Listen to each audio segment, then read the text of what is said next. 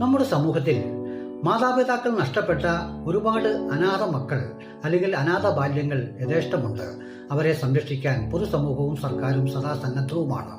എന്നാൽ ഇവരെക്കാൾ ഭയാനകമായ ഒരവസ്ഥയിലൂടെ നീങ്ങുന്ന വലിയൊരു വിഭാഗം മാതാപിതാക്കൾ നമ്മുടെ കേരളത്തിൽ പെരുകി വരുന്നു എന്ന് കേട്ടാൽ നാം ഞെട്ടരുത്.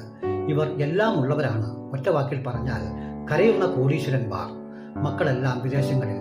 മരിച്ചു കഴിഞ്ഞാലോ എല്ലാവരും ഓടിയെത്തുകയും പരസ്പരം ശത്രുതയിലുള്ള മക്കൾ പോലും വന്ന് പൊന്നാട അണിയിക്കുകയും മരണാനന്തര ശേഷക്രിയകളും ആണ്ടുനേർച്ചയും അടിയന്തരവും അതുപോലെ ബലിദാനങ്ങളുമെല്ലാം വലിയ സദ്യ ഒരുക്കി നടത്തുകയും ചെയ്യും. എന്തിനു വേണ്ടി ഇവർ ഇത് ചെയ്യുന്നു എന്നുള്ളതാണ് എൻ്റെ ചോദ്യം. ഈ മരണശേഷം ഇത്രമാത്രം ക്രിയകളും ശേഷക്രിയകളും ആണ്ടുനേർച്ചയും നടത്തിക്കഴിഞ്ഞാൽ ഈ മരിച്ചയാൾക്ക് എന്ത് കിട്ടും? അതിനു മുന്നേ ഇവർ ജീവിച്ചിരിക്കുമ്പോൾ നേരാമണ്ണം ഒരു ഭക്ഷണം കൊടുക്കാൻ ഒരാളെ ഏൽപ്പിക്കുകയോ മരുന്ന് കൊടുക്കാൻ ഒരാളെ ഏൽപ്പിക്കുകയോ ചെയ്തിരുന്നെങ്കിൽ എന്ത് നന്നായിരുന്നു.